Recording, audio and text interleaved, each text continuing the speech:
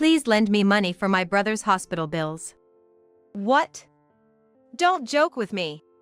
In the middle of the night, the doorbell rang suddenly, and William visited our house in the pouring rain. After hearing the situation, Benjamin raised his voice and hurled words of scorn. Unforgivable. To put my dear grandson through such an ordeal. Armed with a bat from our room, Benjamin and I set out to confront someone.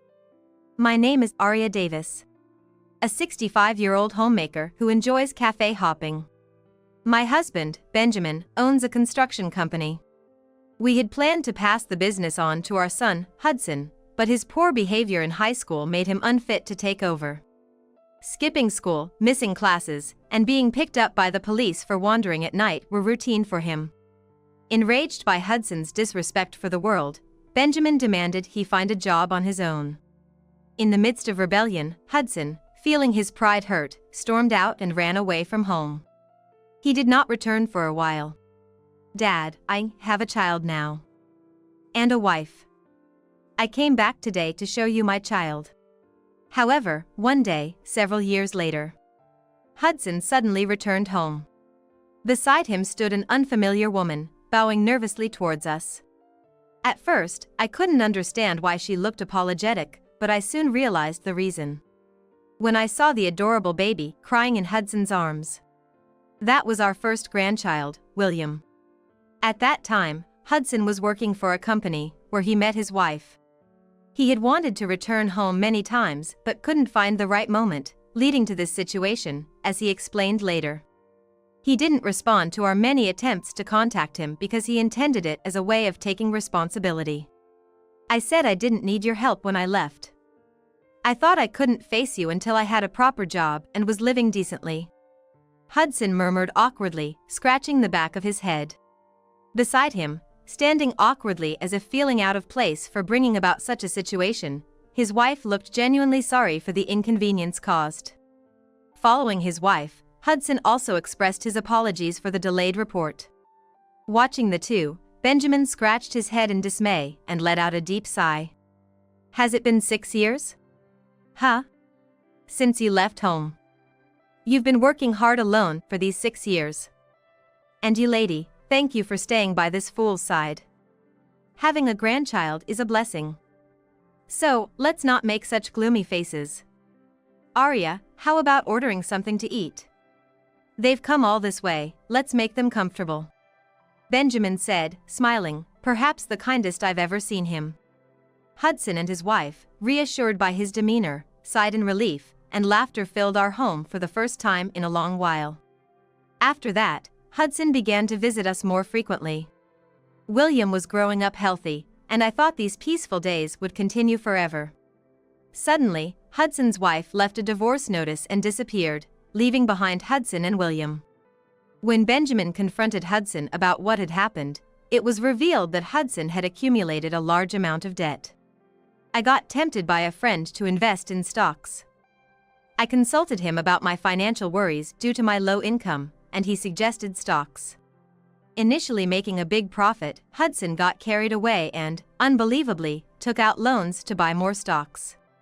Then, the stock prices of those he purchased plummeted. He ended up incurring a debt of $40,000. What were you thinking, doing such risky betting with loans? Do you even have a sense of responsibility as a parent? You have family to protect. I had no choice. With my annual income around $60,000, I needed more money to support my family of 2. I was really struggling. At that moment, William, who was playing with toys, started to cry upon hearing their argument. I hurried to comfort him, and that must have brought Benjamin back to his senses. He soon regained his composure and convinced Hudson to contact his wife. The debt was taken over by Benjamin. If something like this happens again, I won't let it go. Remember, you have responsibilities. Benjamin, more stern than ever, made Hudson hang his head in shame. Despite multiple attempts by Hudson to reach his wife, he never managed to get in touch with her. It was later found out that she had started a new family with another man. This led to Hudson and her divorcing. And Hudson took custody of William. Since then, Hudson and William have been living with us. Fortunately, since William was too young to remember his mother leaving, he grew up without much memory of her. As a result, he didn't seem to miss having a mother, growing up strong and healthy with the affection of myself, Benjamin, and Hudson. "Grandma, look! I got into high school!" William had grown up and was now in his 3rd year of middle school. Unlike his father, he was prudent and serious, working hard in both sports and studies. Benjamin was highly appreciative of William's efforts, and he got accepted into one of the top sports high schools in the state. To attend, Hudson decided it was time to move out with William. "It's too far from here, and I have acquaintances over there. I can't stay at home forever, so I'm moving out with William. If you cause William any worry, I won't let it slide. Just remember that." I know. Amidst William's efforts, the atmosphere between the two was tense. Benjamin couldn't forgive Hudson's past mistakes, and Hudson harbored resentment, making no attempt to mend their relationship. Eventually, Hudson and William moved out with unresolved issues between them. For months, I was filled with worry. However, one day, William called to report that Hudson had a new girlfriend who was very kind. "She takes good care of the house, and I have a new brother. Dad might remarry. I'm relieved if she becomes my mom. Above all, my new brother is super cute." Despite being busy with club activities, William frequently made video calls to us, caring for our well-being. The acquaintance Hudson mentioned turned out to be his new girlfriend, and William was initially confused by the sudden news of having a brother. Being told I suddenly have a brother, of course, I was surprised. She had lost her previous husband to illness and was raising her young son alone. Unable to leave her in such a state, we started living together when William entered high school. William apparently had no objections, since it didn't seem to disadvantage him in any way. If William is doing well, that's what matters. But remember, you can always rely on us if anything happens. You're what's most important to us, William. Thanks, Grandma. William said with a smile, but I didn't realize at the time how painfully twisted his face seemed. Later on, an incident occurred. That evening, we were hit by a terrible downpour. A hurricane was approaching, causing train services to halt. The heavy rain was expected to continue into the next day, leading nearby schools to announce closures early. Benjamin's company also decided to take a day off for safety. "This rain is terrible. The work site the day after tomorrow looks like it'll be dangerously muddy. It's close to the end of the year, and I wanted to do a thorough cleaning. I also need to go shopping. Oh, is it okay if we have wine for New Year's Eve this year as usual?" Even though we had a rare chance to relax together, there wasn't much we could do in such heavy rain. Reluctantly, we spent time in the living room watching the year-end special shows with Benjamin. Before we knew it, we both dozed off and woke up in the middle of the night, when the doorbell at our house rang. What's this, at this hour? Seems like someone's here. But, in this middle of the night? Groggy, we saw the clock pointing to 1 a.m. Who could be ringing our bell at this hour? Benjamin's expression turned stern, and he went to the door with a displeased look. "Yes, who is it?" "William?" "What?" The moment Benjamin opened the door, his loud voice echoed throughout the house. When I heard William's name, I hurried to the entrance as well. There, I saw William, draped in a raincoat with his drenched brother in tow. "Grandpa. Grandma. Please, help my brother, this child." The moment William said that, he collapsed from exhaustion and relief, and Benjamin quickly carried him inside. I took the baby he was carrying on his back, quickly undressed the soaked clothes, and warmed the baby with a warm towel. The baby seemed to have a fever and was breathing heavily. Realizing the gravity of the situation, I called a pediatrician friend to come over immediately. Benjamin, who was taking care of William in the living room, dressed him in his own clothes and dried him off. Fortunately, William was only suffering from fatigue and relief, with no external injuries or abnormalities. "It's just a cold. Babies have higher body temperatures than adults, so this level of fever isn't worrisome. He should be fine with rest today. Hearing the pediatrician's words, both Benjamin and I were relieved. After seeing off him at the door, I went back to check on William, who seemed to have woken up and was sitting up. "You're awake. What happened?" "Grandma." "How's the kid?" "Where's my brother?" As consciousness returned, William's first concern was for his brother. I reassured him with a gentle smile. "Don't worry. We immediately warmed him up, so he's fine. He has a fever.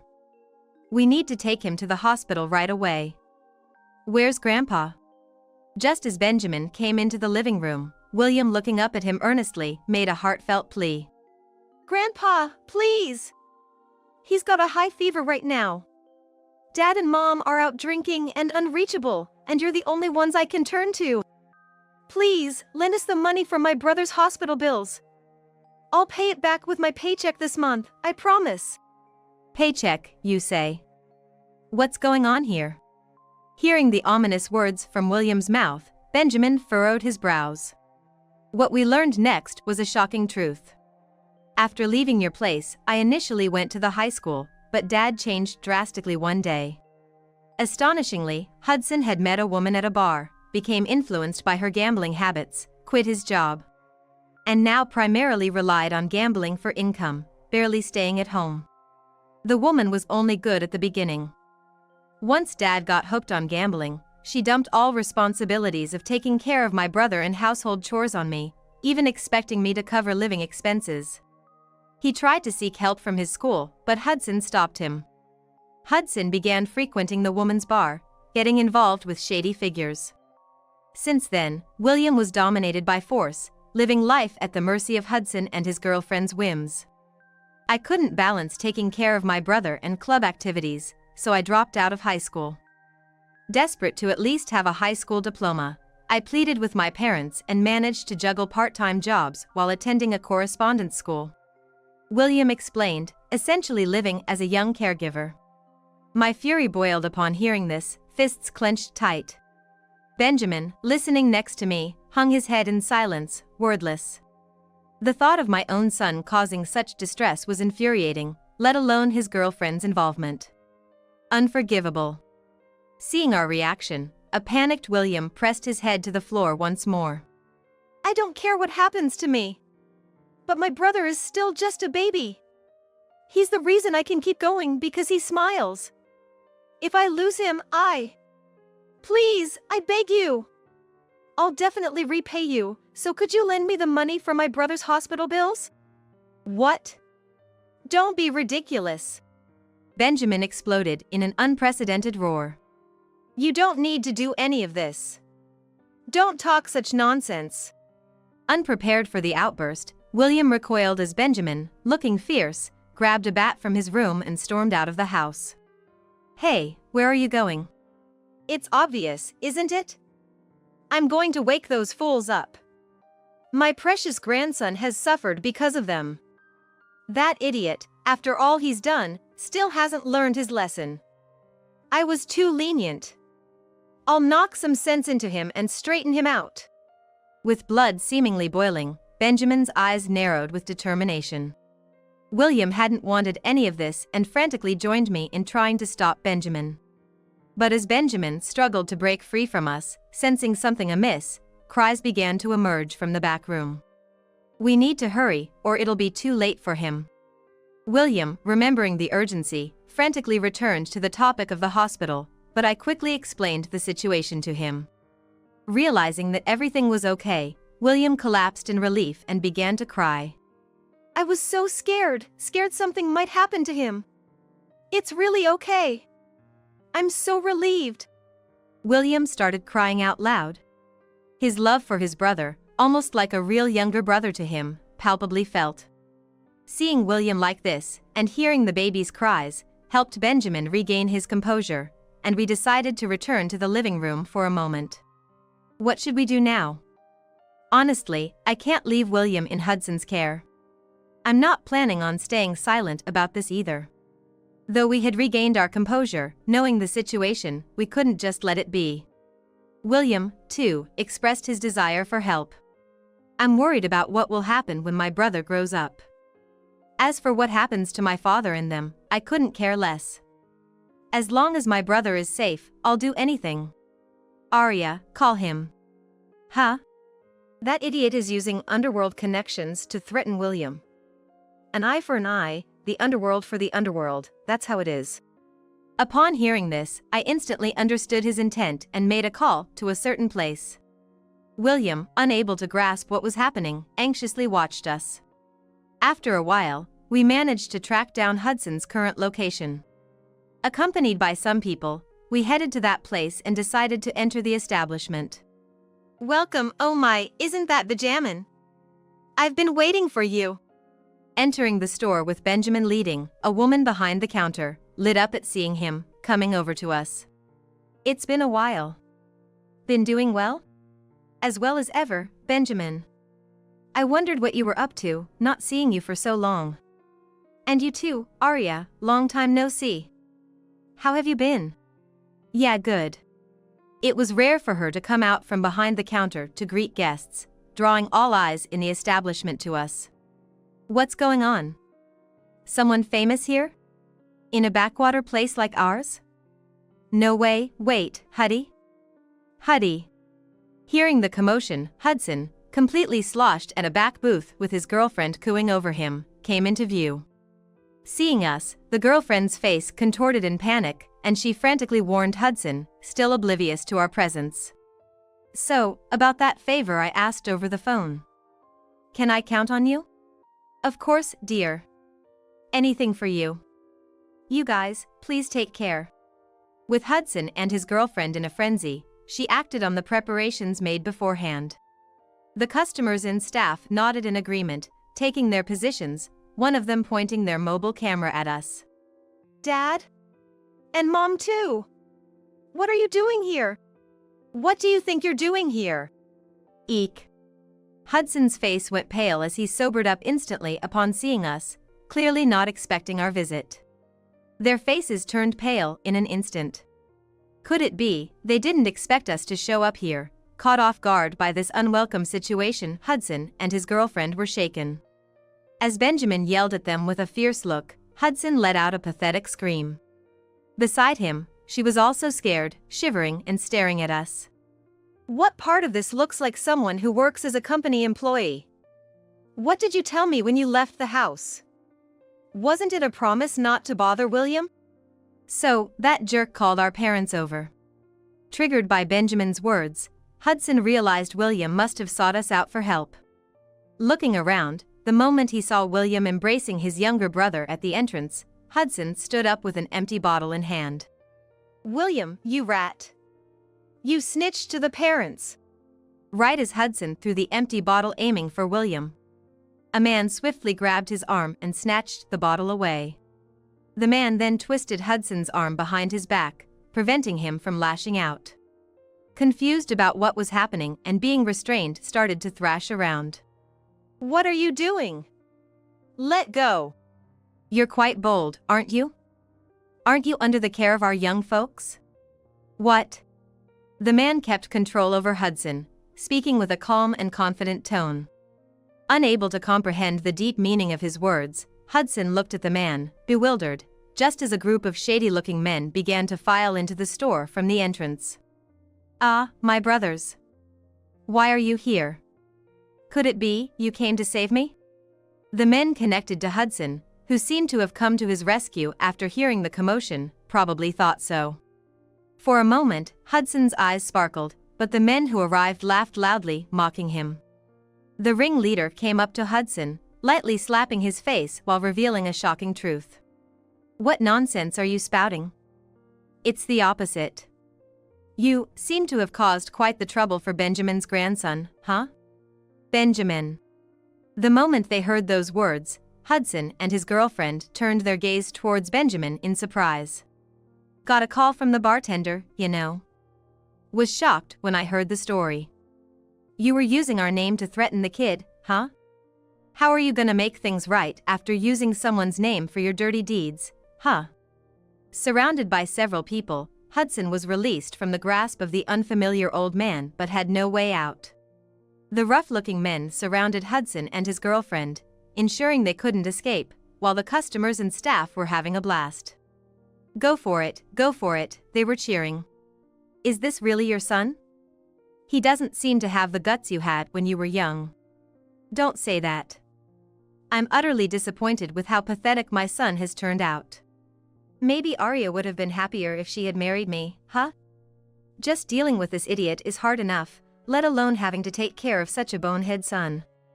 If you ever want to get married, just let me know. I'm always welcoming, you know? The old man laughed heartily. Watching this exchange between the old man and Benjamin, Hudson, completely unable to grasp the situation, blurted out in confusion. What the heck is this? What's going on here? Who is this old geezer? Why do my brothers know about my dad? Who are you, exactly? Hudson, panicking, bombarded them with questions. To this, the old man, snorting through his nose, revealed his identity. I'm the one taking care of the guys you're depending on, acting as their parent. Meaning, this guy is our dad. What? Hudson was so shocked his eyes nearly popped out. Next to him, his girlfriend also opened her mouth in surprise, and William looked on, just as taken aback. And this guy, we used to settle things with fists back when we were young, a real close buddy. You could say we had a rotten bond. I was stronger, though, always had him crying after losing. Who's crying? You were the one always losing. As Benjamin and his friend butted heads, arguing fiercely. The underlings could only smirk at their antics, while the bartender started to explain the details. These two were originally the golden duo controlling this area. So famous around the county that no delinquent didn't know them. No one could match their strength, and many admired them. They were cool, you know. The deal was, Benjamin was the face protecting the streets, and this guy handled things from behind the scenes. Ha! Benjamin could have easily been one of us, there's no difference between him and me. Don't get sour just because you weren't the scholarly type. As they exchanged barbed words, she came closer and, crossing her arms, dropped another bombshell.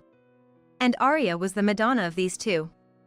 A beauty with brains, a celebrity in our town. They even fought with fists over her, a nostalgic story now, huh? Hey, stop it, that's embarrassing. Arya is an idol to us too. Anyone who doesn't know these three, doesn't belong in our world. Hudson was left speechless by the shocking revelations, and his girlfriend looked just as astonished. But, the most surprising thing is, Arya had the strongest punch of them all. What? The moment they heard about her strength, Hudson and his girlfriend looked surprised. Both of them couldn't match up to me. Gah. Arya, you shouldn't say that. Can't match your punch. Hudson, apprehensively, spoke up after hearing those meaningful words. The bartender, looking at him as if he knew nothing, explained the situation. Arya's family is a renowned karate family. Her dad was a national high school champion and also competed professionally. Arya herself has been practicing karate since she was a kid, winning numerous tournaments. The two blanched as if a sound effect was playing, their view of me changing. Hudson and his girlfriend's view of me began to change. William told us. We found out you were using people from the underworld to threaten William, so we asked her for help. Benjamin, being a regular here, helped too, and they gladly accepted to help. Explaining the reason for the situation, the bartender flashed a V sign with a mischievous smile. I've been turning a blind eye to your mischief up until now, but this time it's different. Don't think you can just get away with it like before. You've done the one thing a parent should never do to William and the brother. To add insult to injury for Hudson, I started cracking my knuckles menacingly. The toughs around us glared at Hudson, while the onlooking customers looked on with disdain. Maybe it's time you faced the consequences. You're gonna pay for using our name to scare a kid. Racking up debt and then fooling around here. Don't think we're taking this lightly. Grabbed by the collar and intimidated, Hudson started to cry. Seeing this, his girlfriend panicked and claimed no involvement. Trying to save herself at least. I have nothing to do with this. He started racking up debt on his own. I just came here for work. Just had a drink together after my shift. I haven't caused any trouble for your parents, right?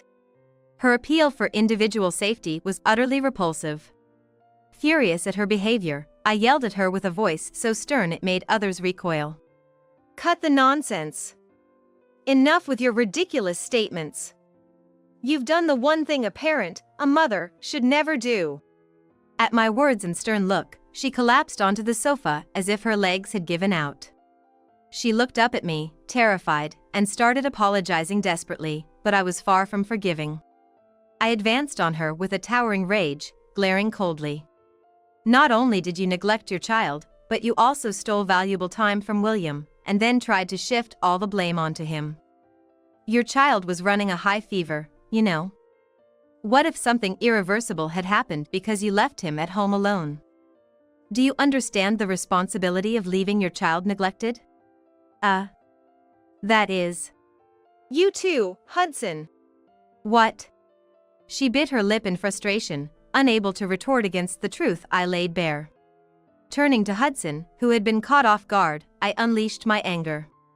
Pushing childcare onto your child while you indulge in entertainment, aren't you ashamed? What you've done is unforgivable. You're not getting off easy for stealing William's precious youth. You'll definitely make up for the time William lost. I'll make sure you two get a taste of hell from now on. At that moment, they were restrained by the toughs and dragged outside the shop. What are you doing? Let go. Don't touch me. Damn it. William.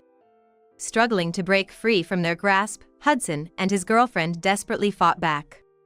But their efforts were futile against these burly men. Approaching William near the entrance, Hudson started pleading for forgiveness. William, please help me. It was all my fault. From now on, I'll take care of you and the baby. I won't let you suffer anymore. Please, help me. That's right. William, please. We were wrong. We'll change our ways, so please, help us. If this goes on, I won't be able to see our child. At their words, William twitched and called a halt to the toughs about to take them away.